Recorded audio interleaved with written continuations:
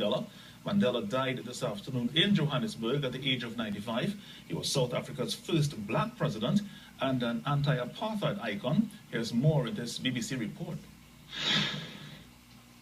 Fellow South Africans, our beloved Nelson Rolihlahla Mandela, the founding president of our democratic nation, has departed.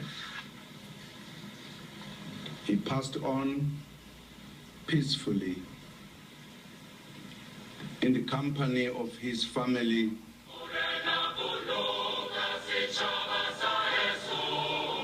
His story is one of the most remarkable of any world leader. Few in history have endured oppression with such little rancor or overcome the oppressor with such little bloodshed.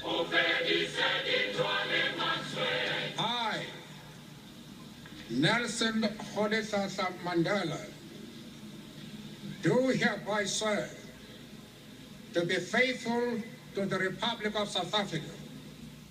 In May 1994, Nelson Mandela, the man white South Africa had imprisoned for nearly 30 years, was sworn in as the country's first black president. Through his dignified and courageous leadership, the African National Congress had broken the stranglehold of apartheid and transformed South Africa into a multiracial democracy.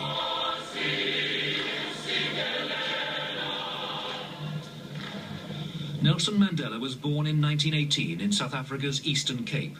He was the son of a tribal chief.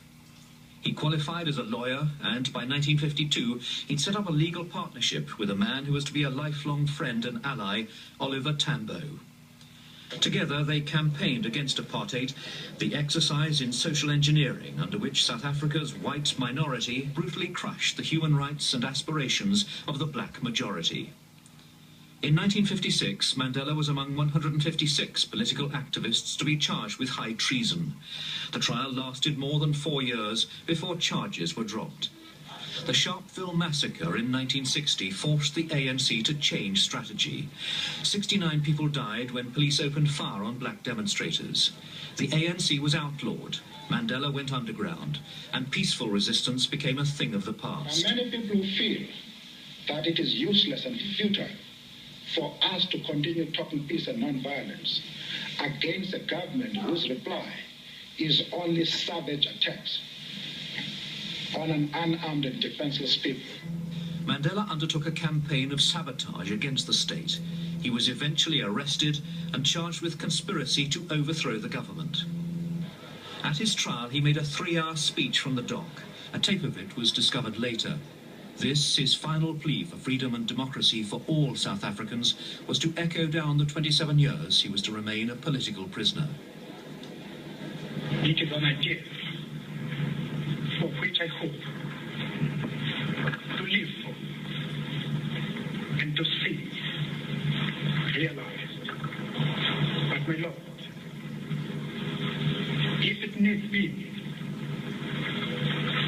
it is an idea for which I am prepared to die.